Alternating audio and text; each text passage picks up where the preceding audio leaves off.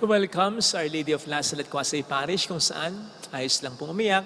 Kasamahan tayo ng mahal ay nasa pag-iyak at sa pagdarasal upang maging maayos ang lahat. Narinig po natin sa ating ebanghelyo ang tinatawag sa Ingles na Parable of the Talents. Pero hindi po dapat ito tumukoy lamang pag ini-interpret natin sa mga talento natin, ha?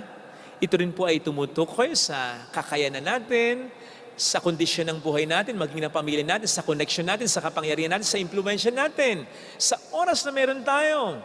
Basta it speaks about all the resources that we have, of which God is the very source. Sa Diyos nang galing. Kaya nga, paulit-ulit dito, yung mga salitang Panginoon alipin, yung mga salitang ibinigay sa kanila ng Panginoon ng salapi o talento, para i-emphasize na ang mga binigay sa alipin ay sa Panginoon nila, hindi sa kanila. Maging sila mismo, sapagkat ang mga alipin ng panahon ngayon ay pag-aari ng kanilang Panginoon. Same thing with us. Lahat ng bagay na meron tayo, ano man ito, hindi sa atin, kundi sa Panginoon natin. Maging ang buhay natin. At ang lahat ng ito ay na-expect niya na pagyayamanin natin, gagamitin natin, payayabungin natin. Sa ating unang pagbasa ay sinasabi doon na payabungin ang ating pagmamahal. Alam po ninyo, ang pagmamahal ay fruit of the Spirit, bunga ng Espiritu Santo. So kung ito'y bunga na, ibig sabihin, ito yung kinita na ng gifts of the Spirit, kinitang karakter, kinitang virtue. So ibig sabihin, kumbaga sa investment, yung pagmamahal ay kita na tumubo na Pero sinasabi dito, i-improve pa raw natin. Which basically means, hindi po dapat tayo tumigil sa paggamit ng mga resources na ibinigay ng Panginoon sa atin. Kinakailangan ito'y payabungin natin ng payabungin. Wala pong official na retirement age sa pagsunod natin sa ating Panginoon. Kaya nga po si Moises ay naglingkod sa Diyos hanggang sa katandaan, hanggang kamatayan. Gayon din si San Juan, Evangelista. At kaya nga, sina Simeon at Anas ay naghintay sa templo. Tumanda na, buong buhay nila. Sapagkat as Christians, we should serve God all throughout our lives. Maiiba lang ang forms, mula siyempre sa mga physically demanding tasks, ministries, to a lighter one.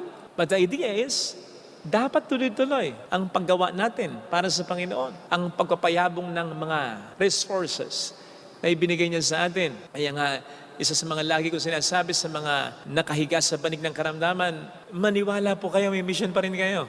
Nandiyan ang mission na ipagdasal niyo po kami kahit ako na hindi niyo kakilala. Sinasabi ko lagi si Father Fidel, pagdasal niyo po sa mga may sakit na hindi ako nakikilala. O hindi na nakakakita, binubulong ko. Yun po ang mission niyo. Ang mission po rin niyo ay manatiling matatag sa kabila ng karamdaman ninyo upang maipakita ninyo ang Diyos ay mabuti pa rin talaga sa kabila ng malubha yung sakit. Mission natin yun We can still serve the Lord in that manner. Baka nga tindi pang service yun. Matinding pagpupuri sa Panginoon. Matinding witness ang yun.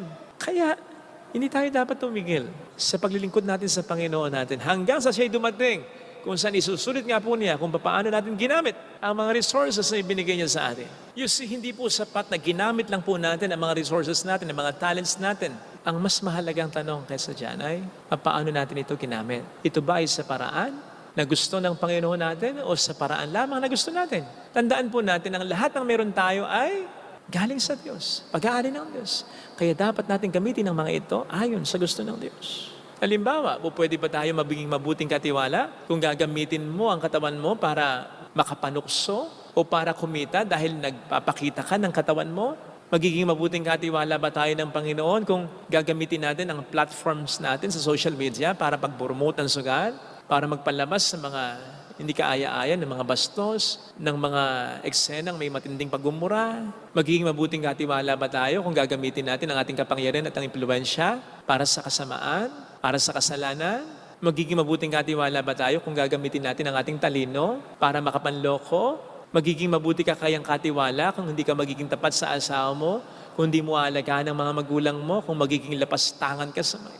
I don't think so. Hindi sapat na ginagamit lamang natin ang mga resources natin. Dapat itanong din natin, ginagamit ba natin ito sa paraan na gusto ng Panginoon natin? Abay, kung ginagamit lamang natin ang mga resources natin sa mabuti, napakabuti na magiging mundong ito. Dito na lang po sa atin sa Pilipinas, yung talamak na korupsyon, ang ibig sabihin nun ay talagang hindi natin ginagamit ang ating mga resources sang ayon sa gusto ng Panginoon. At pananagutan po natin yun sa tipo o sa takbo ng sinasabi ngayon sa talinghaga sa Ebanghelyo. Kung gaano ang ibinigay sa atin, ganun din ang inaasahan sa atin.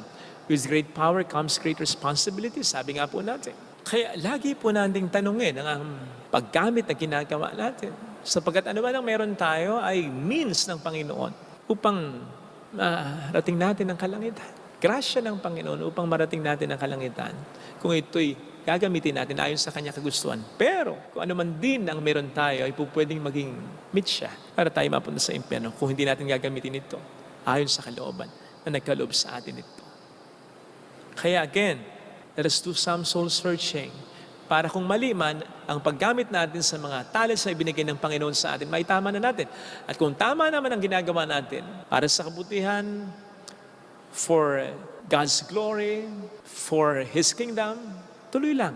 At maganda na mas ma-realize po natin na dahil tama ang ginagawa natin, mapagod man tayo, mamahinga lang tayo ng saglit, tutuloy uli natin dahil tama naman ang ginagawa natin. Hindi tayo mapapagod, mamahinga lang tayo. Kung tayo mapagod, hindi tayo mag-give up, brother.